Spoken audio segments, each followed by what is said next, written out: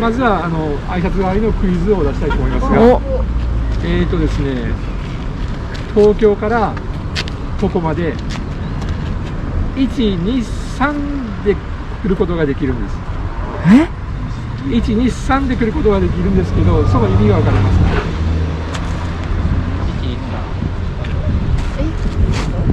意味が分かります？分からないです。あ、分かりました。国道123。はい。正解です。東京の日本橋を国道1号線で出発して、なるほど。その1号線というのは大阪の梅田の北新地のところに2号線にタッチします。2号線から3号線に北九州いわゆる関門海峡を通って2号線から3号線にタッチして3号線のゴールがその交差点です。ああ、なるほど。だから東京から1、2、3でここまで来れるわけです。全部それだけで来れるわけですね。ずっと乗ってくれば。鹿児島編第3話でご紹介したバカンス。そこに西さんの姿がありました。城山をですね、巡る旅ということで、箇所鹿児島を愛する西さんによる城山のツアーが急遽その場の流れとノリで突然この日決まったのでした。もしお時間がある方は、ご参加してください。城山ってですね、皆さんこちらが当日ツアーで回ったコースです。照国神社をスタートして城山をぐるーっと回り、また照国神社に戻ってきて解散となります。はい、それでは、すみません、休みの時にお集まりいただきましてありがとうございます。ありがとうございます。私は西と申します。すごい。はい、ちょっとちゃんとできるかどうかわかりませんけど、ありったけの知識をですね、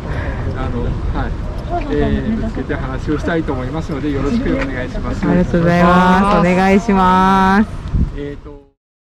冒頭の西さんのお言葉通り、かなりディープな城山ツアーとなりました。西さんの鹿児島情報は金港湾のごとく深く、とても面白い話ばかりではあるのですが、今回の動画では尺の都合上、団長の思いでダイジェスト版でお届けさせていただきます。城山ツアーは前編と後編の2回に分けてお送りします。今回はまずは前編、ディープな解説ポイントを4つに絞ってご紹介します。4箇所のポイントはコース上ではこんな感じです。では早速、西さんによるツアーに参加しましょう。ツアーは照国神社から始まります。じゃあせっかくですから参拝して、はい。はい。すみません、全部3万円です。いやいや、10万は鹿児島で。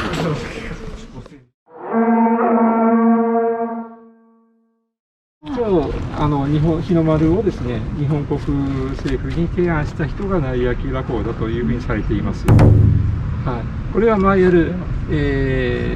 鹿児島で当時いろんな軍艦を作ってたんですけれども、そこの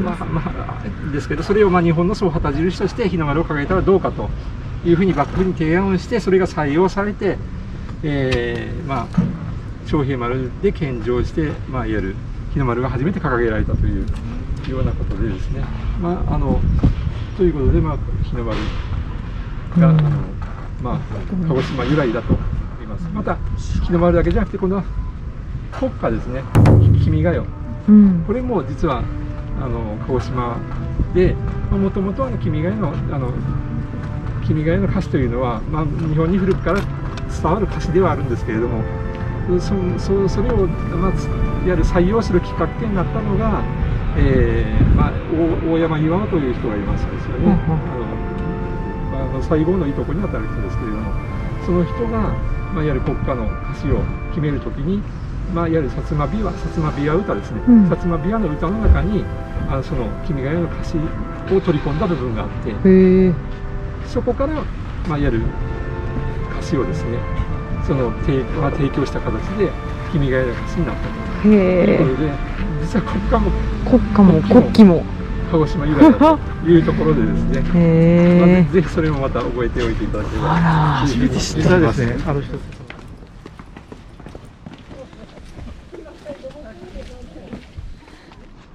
っあったおお皆さん鹿児島を詠んだ句で「我が胸の燃ゆる思いに比べれば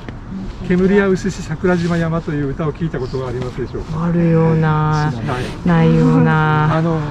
我が胸の燃ゆる思いに比べたら桜島は煙は薄し桜島山、で煙もくと吹いてるけど自分の気持ちに比べたら煙は薄いよねっていう歌なんです。でもそれってどういう意味だか考えてみたことはあります？自分一般的にはですね、自分のそのなんていうか結局薩摩の明治維新を成し遂げようとする思いに比べたら桜島の煙って大したことないよねというふうに捉えがちなんですけど、実はそう逆というか全く違ってですね、その歌を詠んだのは平野国臣という人で福岡藩士の人なんですよ。福岡藩の士で、その句があるのはですね、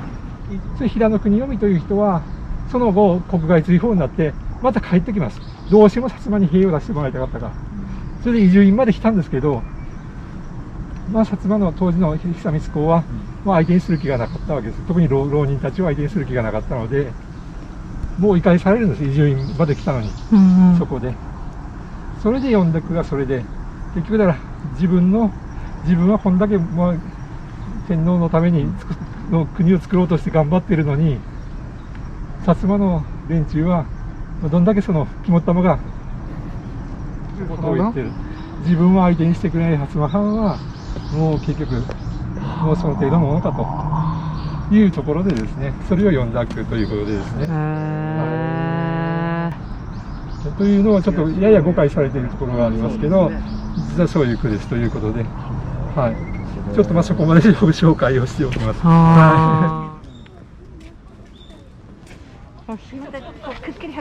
いいね、この山肌がこうがっつり見えますね。ここから見て、これは鹿児島市の景観計画というものに書いてあるんですけれども、ここから見て、ここに乗ってここを見てですね、基本的に沖防波堤で防波堤が見えます、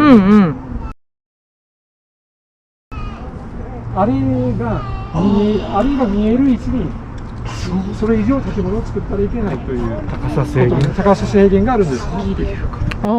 現実的にはですね、本当は沖防波堤が見えないようにって書いてはいなくて、ここから2400メートル地点のところの標高5メートルのところが見えるようにって書いてあるんですけど、だからちょっと膨らんでるから、鍵はですね、鍵はギリギリですね。あれですね。ちょっとこれ鍵。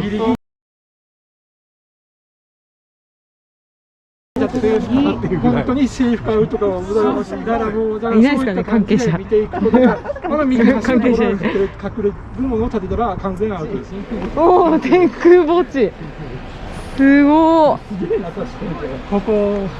ここはですね、総務田墓地という墓地です。総務田。これ、昔何だったかというと、この下の方は何だったかというと、ここをずっと歩いていくと、総務田の陸軍弾薬庫、あと陸軍の弾薬庫跡があります。で、結局薩摩藩というのは稲荷明公のおかげで殖産工業が進んで、幕末とか維新の時点では火薬を作る能力が日本一です。だからここで日本最大の火薬を作ることができたんです。で、その火薬がここに集まってたんですよ。